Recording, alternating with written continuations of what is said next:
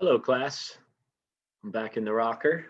Yes, now it's time to discuss Act 4 of Macbeth, and we'll pick up with Scene 1. You'll notice I've put quite a few words at the top of the page here. We've discussed the idea of duplicity, deceitfulness, right? Um, double dealing, when characters appear one way but act another. Hubris, excessive pride or self-confidence, arrogance, when characters continue to let their hubris, their arrogance, fuel their illogical decisions, as is the case in Hamlet, as is the case in Macbeth, we see how it leads to a lack of critical thinking. Now, for those of you writing about identity, for those of you thinking about psychological criticism, either for essay 3 or essay 4 down the road, our next paper, this notion of psychosis. I mean, this applies to characters in Hamlet and Macbeth, and specifically Macbeth and Lady Macbeth. A mental disorder characterized by symptoms such as delusions, remember, is this a dagger I see before me?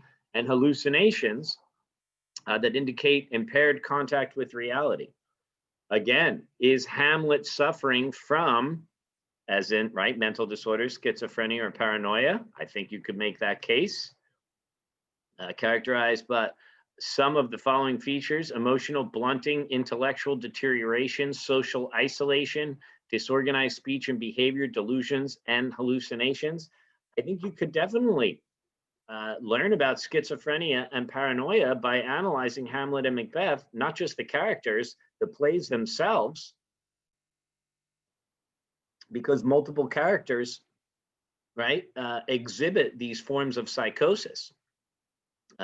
So that being said, we learn about mental health by analyzing Shakespeare hundreds of years later, when the subjects weren't even around.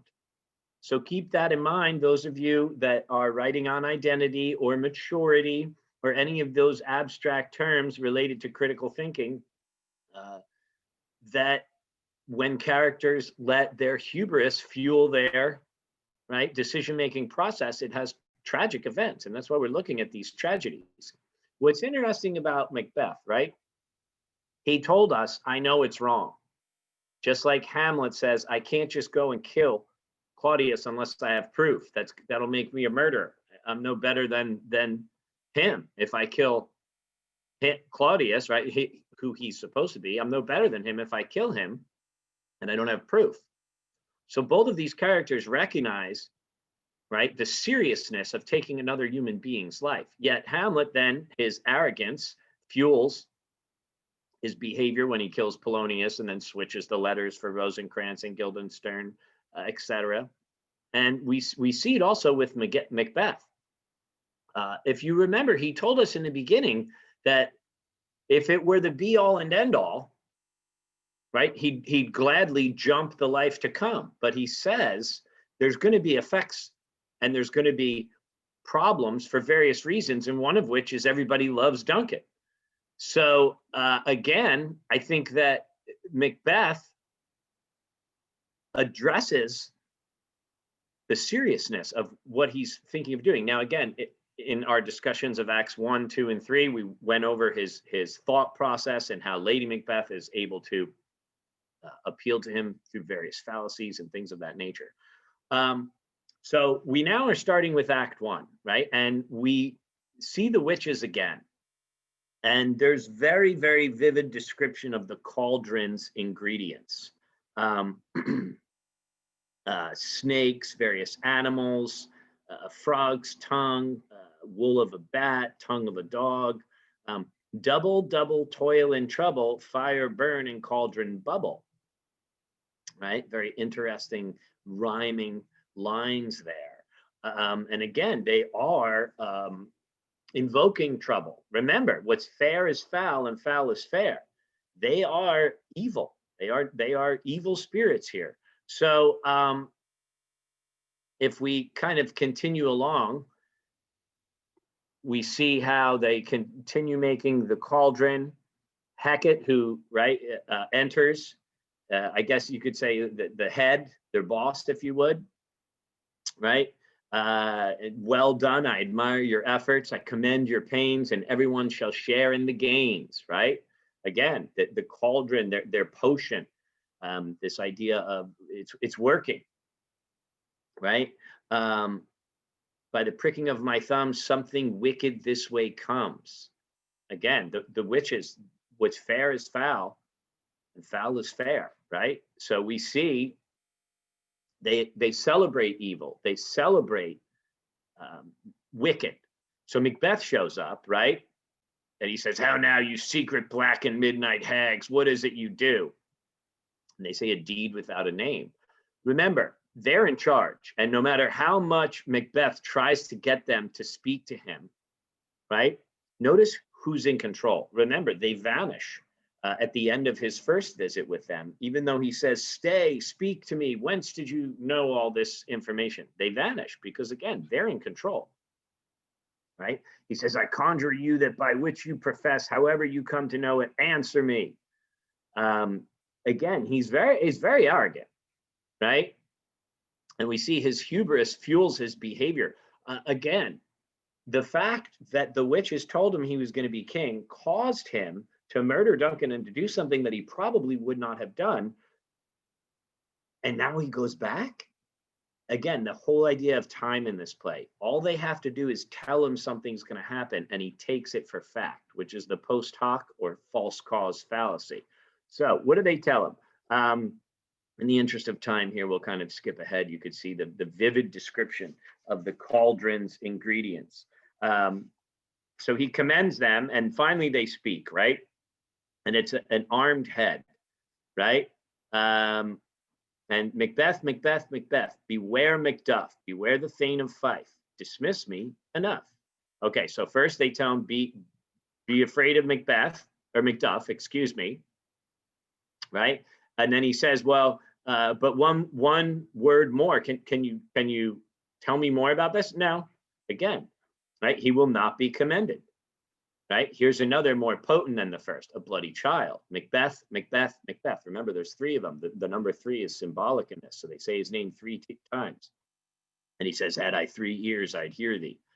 Be bloody, bold, and resolute. Laugh to scorn the power of man, for none of woman born shall harm Macbeth. So no person, if you would, of woman born shall harm Macbeth. On to the next one. And he says, then live Macduff, what need I fear of thee? Yeah, well, if no human, nobody born of a woman is going to harm me, then why should I be afraid of Macduff? Again, he's very arrogant, and his hubris fuels his behavior, as is the case with most tragic characters that do not use what? Occam's razor, Rogerian strategy, critical thinking skills like philosophical counseling. Instead, hidden assumptions and hubris and irrational emotional appeals and fallacies fuel their judgment and decision making, right? So then the last one is a child crowned with a tree in his hand, right? Be lion mettled, proud, and take no care who chafes, who frets, or where conspirers are. Macbeth shall never vanquished be until great Birnam wood to high Dunsinane hill shall come against him. So be aware of Macduff. Nobody of a woman born is going to harm you, and you will be king until the forest comes to the castle. Right? Now, how do you move a forest, right? How, if someone not of woman born is going to harm him, who is going to be an animal? So again, like he says, okay, I don't have to worry about Macduff. And right, and he says that will never be. So these prophecies fuel his arrogance, because he said, oh yeah, now I really know that I'm going to be king, because he's obsessed with this idea of being king forever, which we all know is absurd. And he kind of gets this creator-like complex, this God-like complex, that he will live forever, he will be king forever, which is completely delusional and an example, if you would, of his psychosis, just like his delusions and hallucinations and paranoia, and in some ways schizophrenic behavior are, right? Remember when he says, Macbeth doth murder sleep, right? Therefore Cawdor will sleep no more. He's referring to himself as three different people in a similar manner that Hamlet looks at himself from multiple perspectives. Again, that's not normal. That's schizophrenia. So we learn about schizophrenia from reading these plays hundreds of years before the term was even invented, right? So he's very confident, and he's saying that the forest isn't going to move, right? And he says, "Tell me if your art can tell so much, shall Banquo's issue ever reign in this kingdom?" Meaning, what about Banquo's kids? Because remember, Fleance survived, even though Banquo's dead. And they say, "Seek to know no more." And he says, "I will be satisfied, deny me this," right? An eternal curse fall on you. Wait a minute. They're the ones in control here, Macbeth. So you're saying you're going to curse them? Notice how arrogant he's getting. Tell me, you have to tell me. They say no, right? Show his eyes and grieve his heart, come like shadows, so depart. And now we see the line of kings followed by Banquo. So again, what does he say? "Thou art too like the spirit of Banquo down.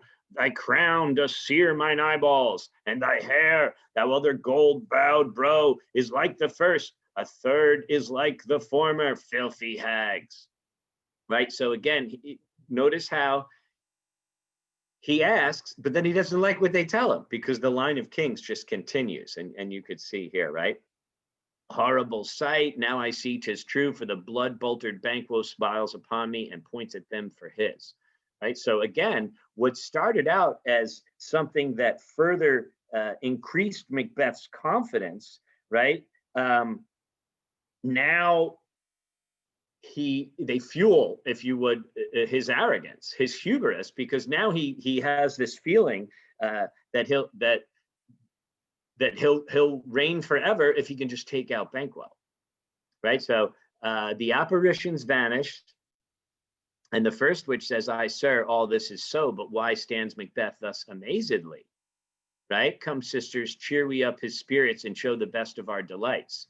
And Macbeth says, and so the witches dance and vanish, and he says, "Where are they gone? Let this pernicious hour," pernicious is evil, "stand I accursed in the calendar, come in without thee." So then Lennox comes in. Again, he does not see the witches, right?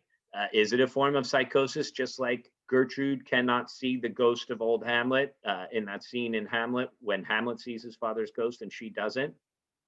And he says, "Infected be the air whereon they ride, and damned all those that trust them."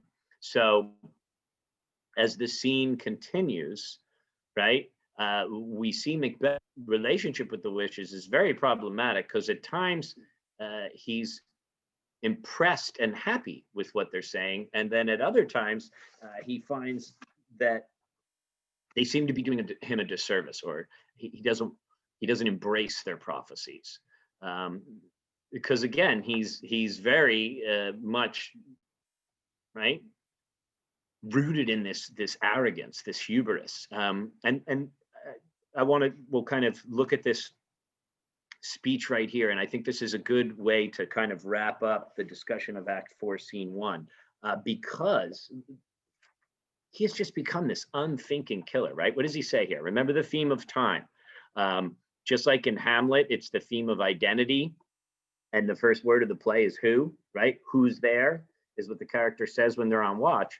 The first word of Macbeth is when. Remember the witches say, "When shall we three meet again?" So just as the first word of Hamlet, who, clues you into a theme of the play, the first word of Macbeth, when, clues you into this theme of time. And remember the post hoc or false cause fallacy. So what does he say, right? We learned that Macduff has fled to England. Lennox tells him. And Macbeth immediately regrets that he did not see that coming, right? And he says, "Time, thou anticipatest my dread exploits. The flighty purpose never is overtook unless the deed go with it. From this moment, the very firstlings of my heart shall be the firstlings of my hand." Should you always act on your emotions, even if they're illogical?